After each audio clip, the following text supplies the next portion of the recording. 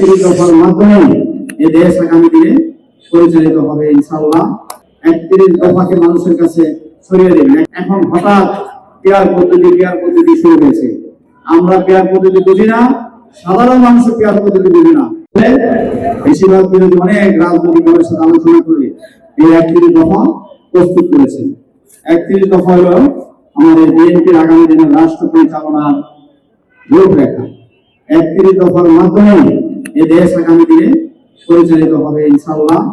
এবং আপনারা 31 দফা মনোযোগ সহকারে পড়বেন এবং সেটা নিজের মধ্যে ধারণ করে 31 দফাকে মানুষের কাছে ছড়িয়ে দেবেন। 31 দফায় স্বাস্থ্য সেবা স্বাস্থ্যের বিষয়ে বিস্তারিত তারেক রহমান উল্লেখ করেছেন।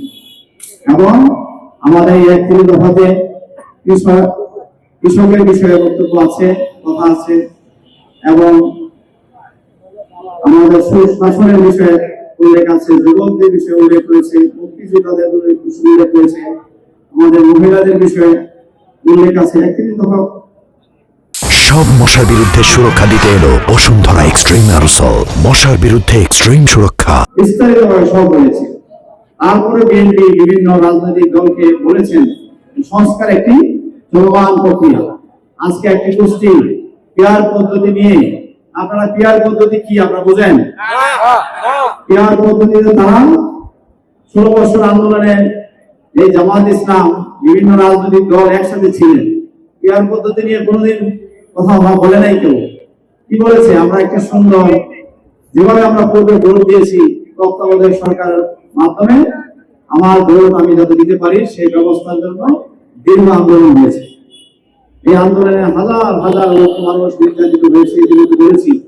এখন হঠাৎ পেয়ার পদ্ধতি শুরু হয়েছে।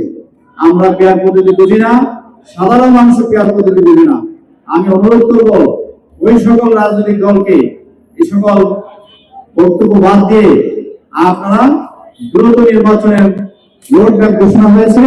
আমরা নির্বাচন কমিশনকে ধন্যবাদ এবং অভিনন্দন জানাই বিএনপির পক্ষ থেকে। ইতিমধ্যে আমাদের দল ধন্যবাদ জানিয়েছে। নির্বাচনের জন্য বাংলাদেশের মানুষ প্রস্তুত হয়ে আছেন। 16 বছর কেউ ভোট দিতে পারে নাই। ভোট দেওয়ার জন্য সকলেই উৎসাহ উদ্দীপনার মধ্যে বা আগ্রহ নিয়ে বসে আছে। আপনারা এই সকল পেয়ার পদ্ধতির কথা বাদ দিয়ে বিএনপি একটি রাজনৈতিক দল,